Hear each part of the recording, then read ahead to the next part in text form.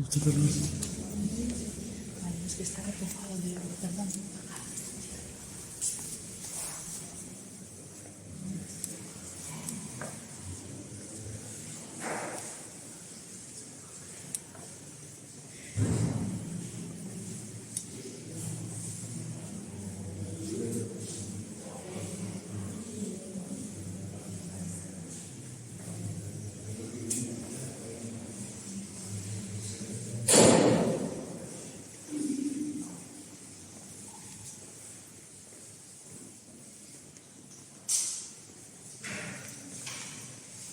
Diario de un reportero al pie de la España mágica, al pie del camino lebaniego, en pleno año jubilar lebaniego 23-24. Valle de Camaleño, Picos de Europa, Líbano. La cama del leño, se lo La pusieron cama los del leño. peregrinos. El leño, el lignum crucis. Marga El leño de la pelea. cruz.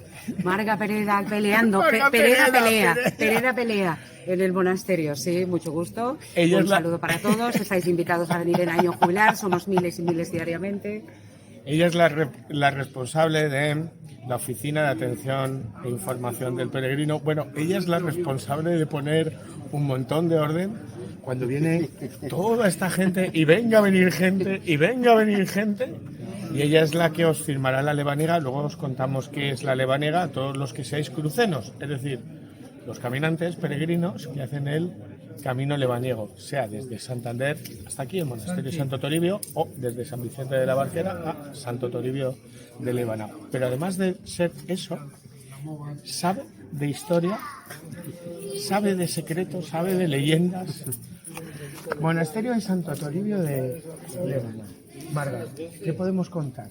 Pues contamos cosas muy interesantes, pero lo que sé no es mérito, es haber nacido aquí, ser la única vecina humana del convento y ser periodista, hija de un periodista, humana, porque Y el resto son, periodista. hija de un periodista que retransmitió una misa en 1961, 16 de abril para toda España, Alfonso Pereda, le llamaban el mago de la palabra, de la entrada a los franciscanos, que es cuando el monasterio vuelve a la vida después de un tiempo de destrucción, de la desamortización de Mendizábal y de haber sido creado. Estamos en un suelo a 2,40 metros de altura sobre las ruinas de la primitiva iglesia, convento, que se fundó en el siglo VI bajo la advocación de San Martín.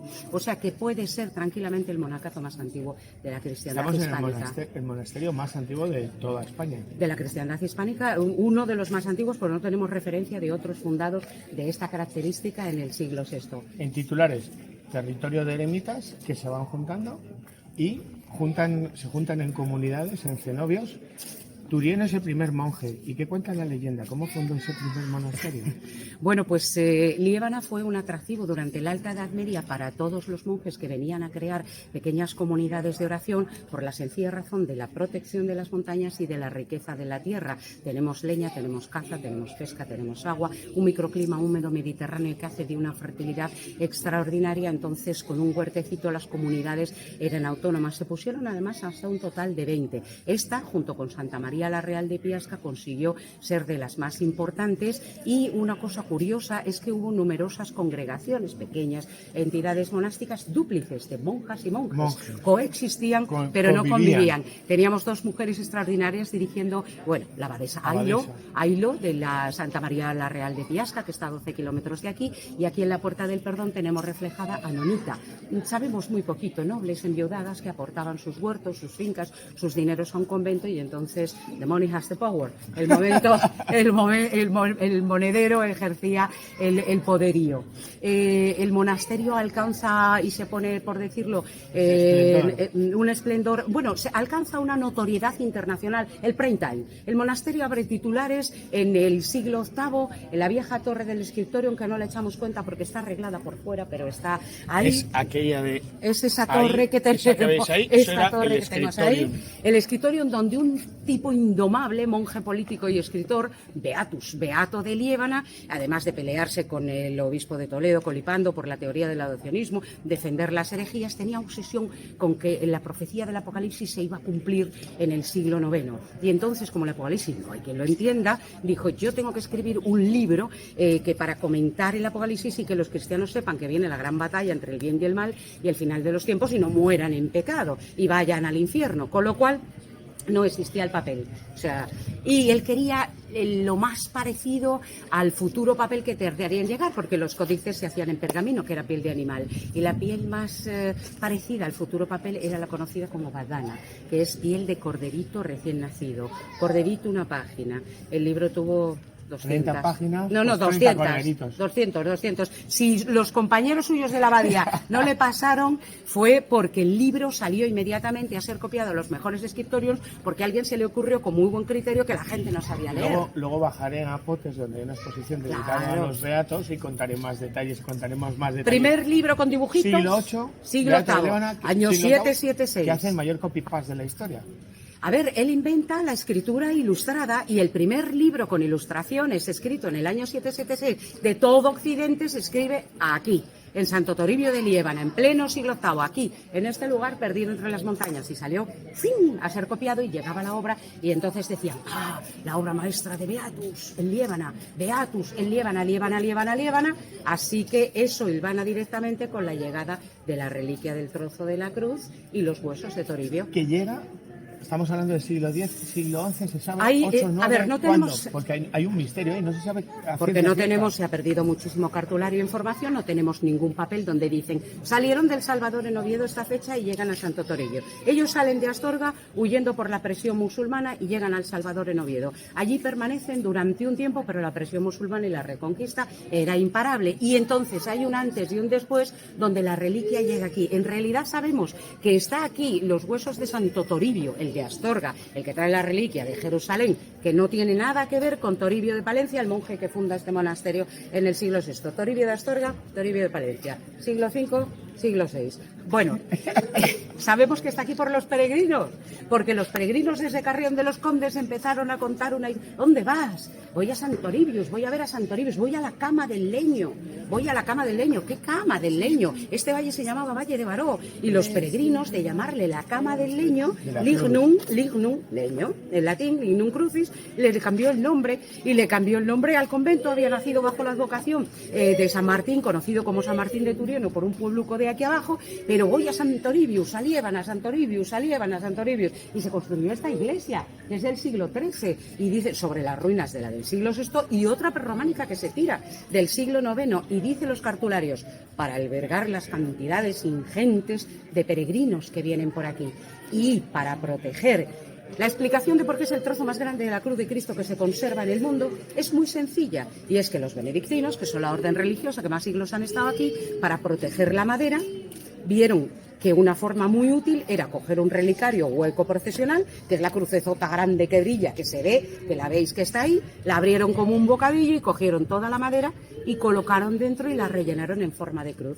63 centímetros de madera, 39, 4 centímetros de grosor, cerraron, fundieron, lacraron, sellaron, ¡pum! Si se cae, se abolla, pero no se puede sacar la madera. Una armadura metálica que la defendió. Ahora lo enseñaremos. Estos son pequeños tips para que sepáis dónde estáis cuando vengáis y veáis este lugar y lo descubráis con otros ojos. Que sepáis que la reliquia se analizó en los años 50, si mal no recuerdo, 58, en el Instituto Forestal de Madrid. Hubo una petición de análisis de la madera y se determinó que era madera de cedro, si mal no recuerdo, fecha de hace 2000 años. Hasta ahí se puede llegar. No, hay un dato más. ¿Cuál? Cito textualmente, y por eso estamos aquí hoy, todos los que estamos.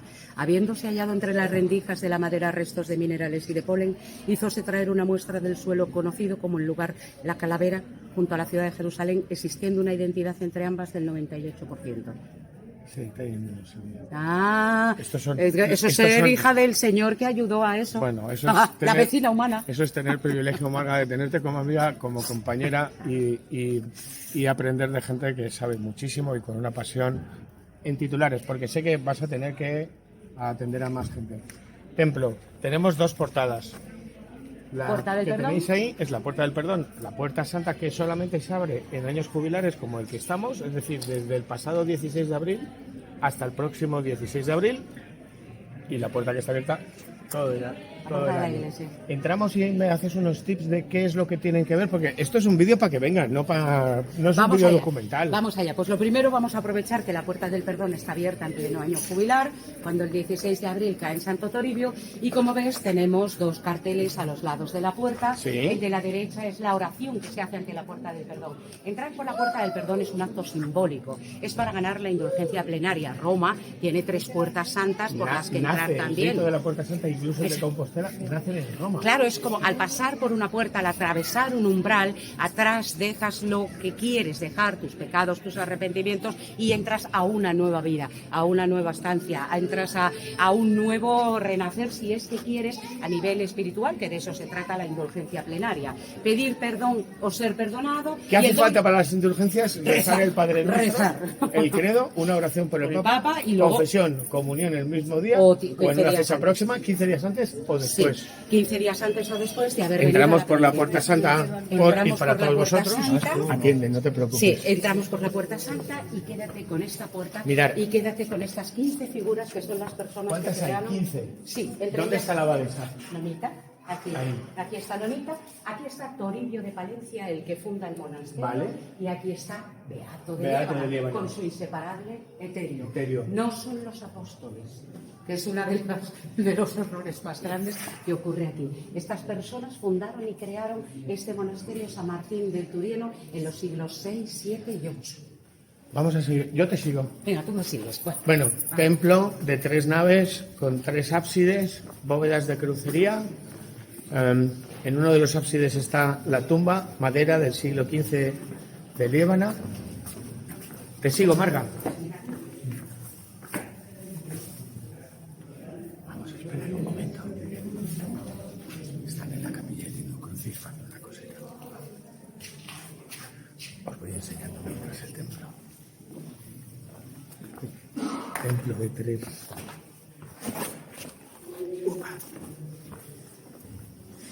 Templo de 3 naves con 3 ábsides, bóvedas de crucería. Mirad.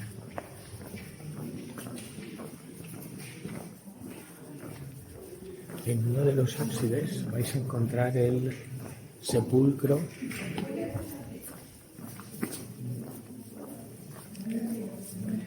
es el sepulcro de Santo Toribio. Es de madera del siglo XIV y es la tumba del obispo que trajo aquí la reliquia del Lignum Crucis.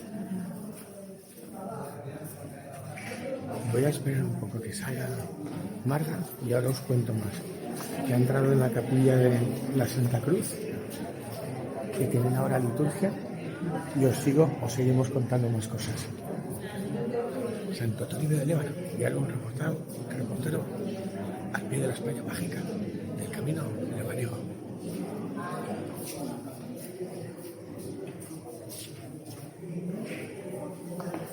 Año jubilar lebaniego, la Puerta Santa. Segunda parte, Monasterio de Santo Toribio de Líbana, con Marga Pereda, que hemos hecho una pausa. Hemos contado la historia. Hemos pasado la Puerta del Perdón. En titulares, lo que no se debe perder y las claves del monasterio y la iglesia en su interior, que además tú le enseñas. Cuando vengáis todos aquí peregrinando, sin peregrinar, va a ser Marga la que os la enseñe. ¿Qué nos debemos de perder?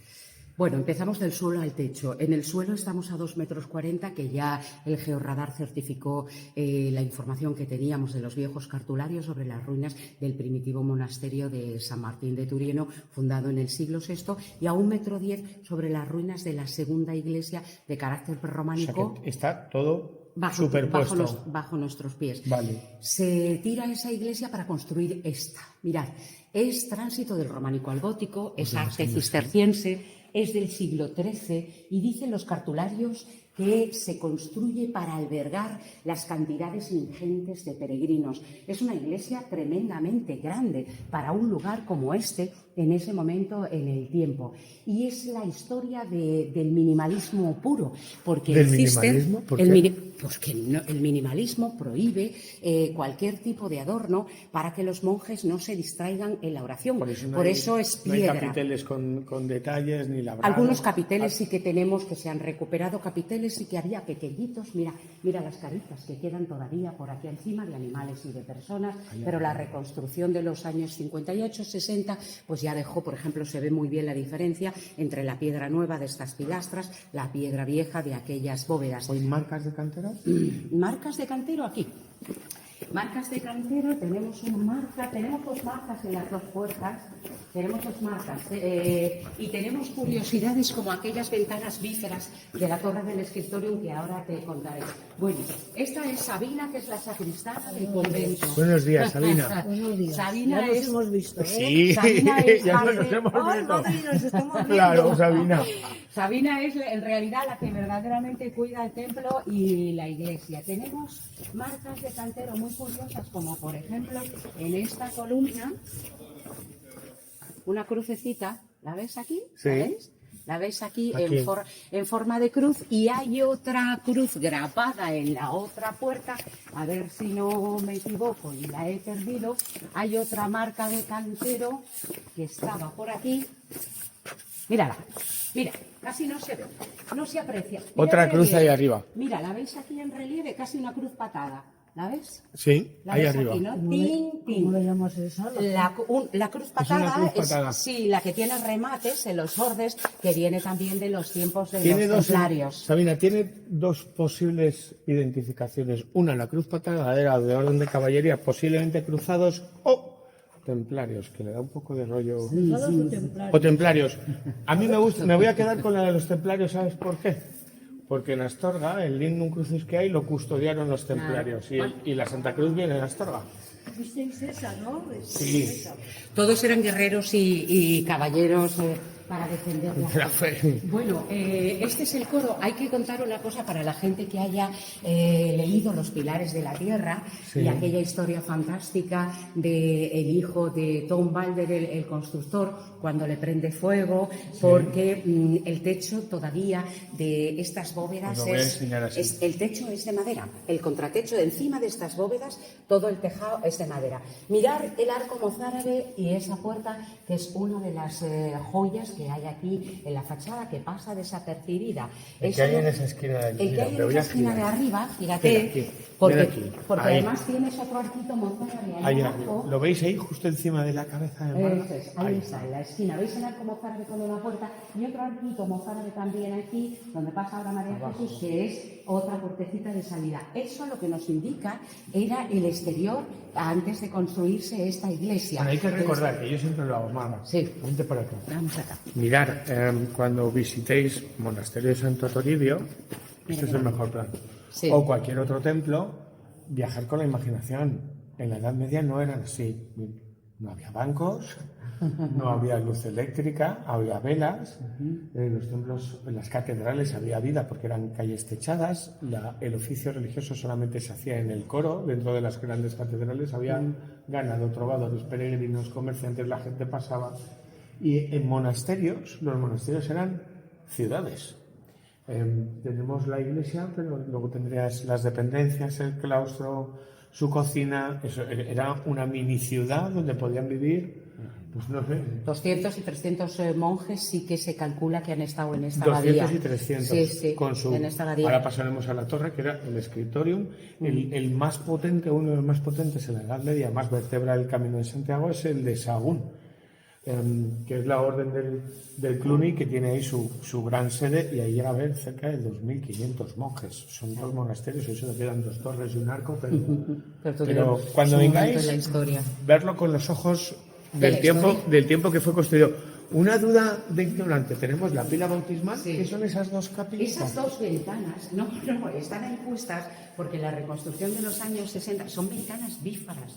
Son ventanas geminadas de la torre del escritorium. ¿Esto Todas las ya es el torretas muro de la torre? no se pusieron ahí en la... Sí, esta es la entrada. Vale. Esta es la entrada, pero como la torre estaba derruida, al igual que los 4 edificios principales y esta gran iglesia, cuando reconstruyeron a finales de los años 50, pensaron que esto era viejo y era antiguo. Había otras 2 más que tiraron o rompieron y las pusieron aquí porque pusieron una especie de rosetón de cemento.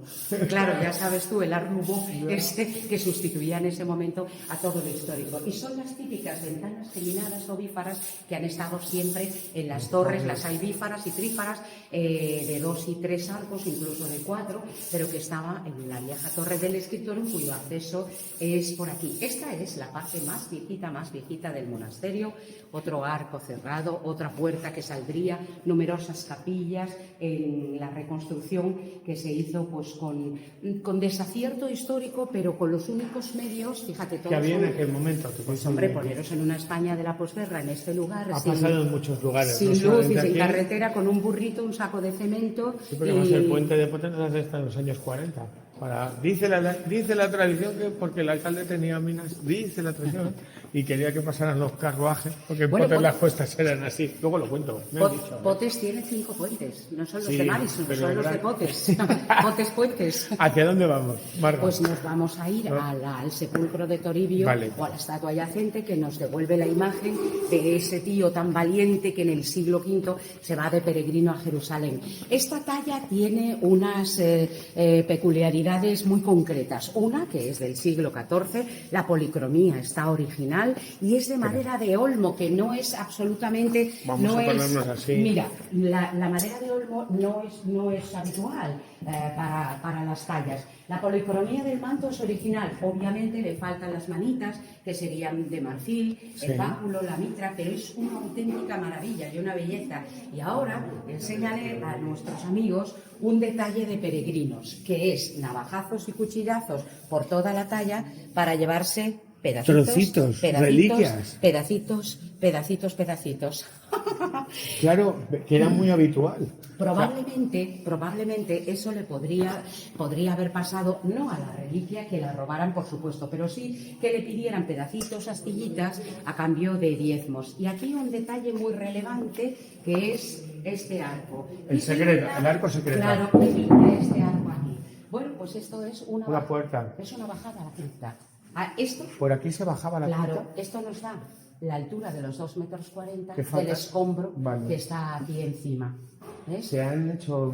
Que volvió tarumbas a los del georradar, y por lo visto pues hemos encontrado las líneas de la galería subterránea, que tiene varios derribos, donde han aparecido muchos tesoros, tumbar, restos. ¿Se ha entrado? O sea, ¿habéis podido abrir o lo habéis No, se sabe todo por- lo ha visto por- el por georradar, línea georradar? de superficie, el georradar. Abrir no. De momento no.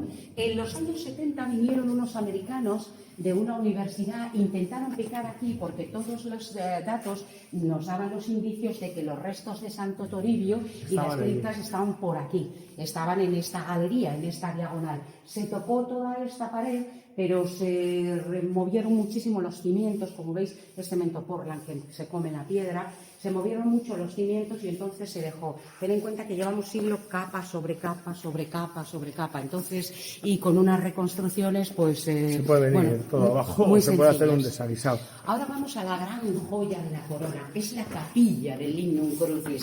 La capilla del Lignum Crucis se construye en el siglo XVIII, es barroco colonial, es la única muestra de barroco colonial. Bueno, él es Javier Torre es Hola, la Javier, persona que los buenos días. sábados se encarga de cuidar el convento. Pues y de si atender venís a un todos sábado, los peregrinos. tenéis a Javier aquí. Es Y a Sabina. Javier. Y recordad, y os recuerdo una cosa, Sabina, ven, vamos a decírselo a todos. Aquí no se hacen fotos. Está el cartelito, ya lo dice bastante. ¿A que sí? Está el cartelito. ¿Os acordáis de Sabina? Al loro, Oye, Que oye, va oye. con la escoba. Bueno, Aquí no se hacen fotos. Ahí empieza la historia. El milagro de Santa Elena, así lo refieren todos los historiadores. ¿Y quién nos cuenta el milagro de Santa Elena? El milagro de Santa Elena del siglo IV es la madre de Constantino, el primer emperador de la cristiandad, gran experta en reliquias, viaja a Tierra Santa con esa expedición para buscar, había recogido la información transmitida boca a boca acerca del momento de la muerte de Jesús y que los cristianos habían protegido o escondido algunos trozos de reliquias. Y ella, cuando encuentra el trozo de madera con la inscripción de INRI, pues ahí la leyenda y un poco la realidad que ha sido transmitida dice que se hizo traer a un moribundo, pasó un cortejo fúnebre y ante la proximidad del madero se produjo el milagro de resurrección o un enfermo en su caso de sanación. El Gólgota, la cohorte, en cualquier caso los historiadores lo han trascendido a la historia como el milagro de Santa Elena. Me llama la atención un detalle que hay abajo de Santa Elena. Sí. ¿Esa es la sábana santa? ¿El tetradiplon? Hablando de A las ver, reliquias que le encontró. la sábana santa, ¿Podría ser reflejada? No lo sé. yo Se no me sé acaba de si ocurrir la, ahora. yo no sé si la encuentra Santa Elena o no en ese viaje. En Constantinopla está, pero está reflejada como el tetradiplon, doblada en 4. Pues puede ser incluso lo que sostenga la señora que está a la izquierda, porque vemos que hay un manto diferente de la sábana que está tapando al enfermo, al moribundo, ¿vale? Que es en ese momento el del milagro. Misterios del arte. Misterios que quedan por Oye, resolver. lo cuentas tan bien que todos los que estaban en la iglesia están siguiéndonos por detrás para escucharte. Bueno, es una cuestión. Mira, esto Bueno, es una obra de arte de amor. La Es capilla. La cúpula. Vale. La cúpula.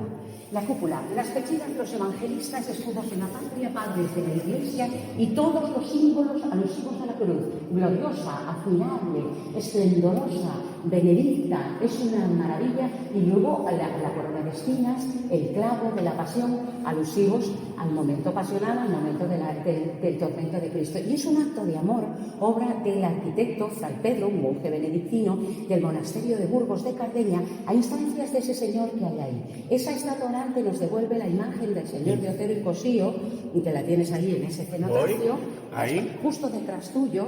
Este señor nació en una aldeuca de aquí abajo, pero llegó a obispo de Santa Fe de Bogotá. Llegó a obispo de Santa Fe de Bogotá, en Colombia, y entonces tenía, como todos los lebaniegos, una ilusión muy grande para hacerle algo a su cruz, como ellos la consideran y la han defendido. Y mandó no solo un dinero para que este arquitecto benedictino hiciera esta capilla y el camarín, sino que mandó unos dibujos, unos pequeños planos, para que se construyera parecida a una capilla en la Catedral de Santa Fe de Bogotá, donde él hizo toda su vida de oración y pastoral. La mitad de su vida aquí, la mitad allí, el océano por medio y dos capillas iguales que se unen en amor y en exaltación a la cruz. el camarín, bueno, el templete, bueno, lo contábamos en el Balaquín. primer vídeo. Sí, Balaquín. Balaquín. Lo contábamos en el primer vídeo. 63 centímetros de alto, 39 de ancho. 4 centímetros de grosor y se queda el trozo más pequeñito junto a la empuñadura. Como es año jubilar, vamos a acercarlo.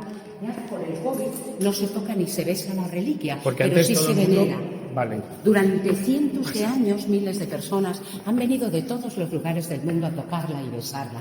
El que se haya convertido en el trozo más grande que se conserva es sencillamente por haber metido la madera por parte de los benedictinos dentro de este relicario hueco profesional de plata dorada que está fundido, lacrado y sellado. Solamente se accedía a la madera para veneración de beso o tocar por ese pequeño ventanuco que, como veis, está absolutamente desgastado por los miles de personas que lo tocan.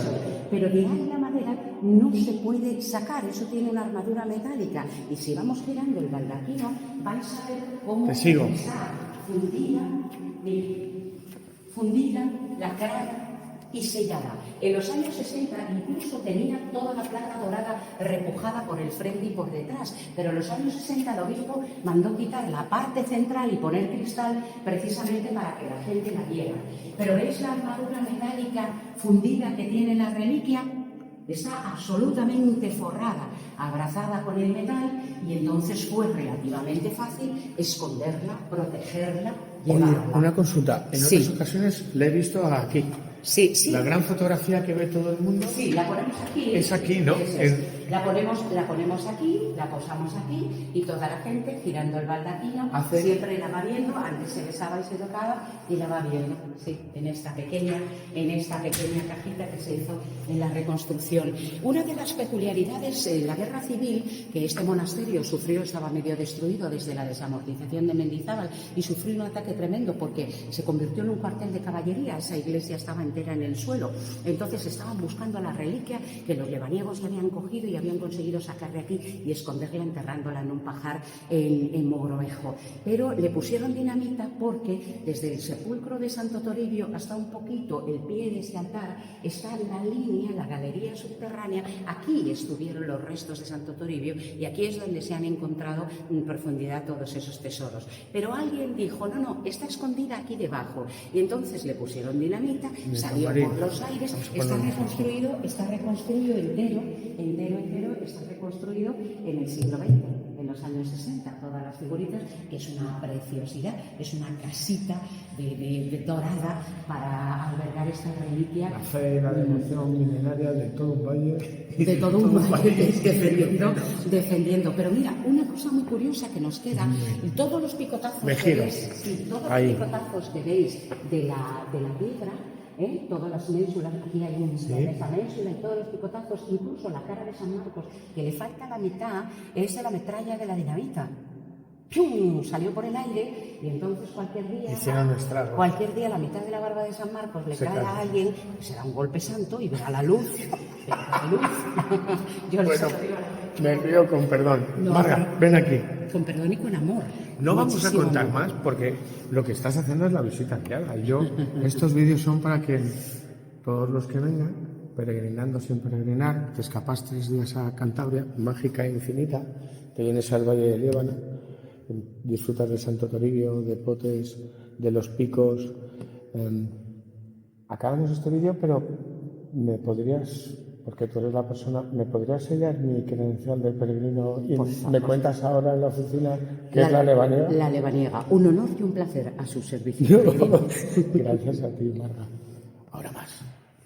Santo Toribio de Líbano. La Santa Cruz.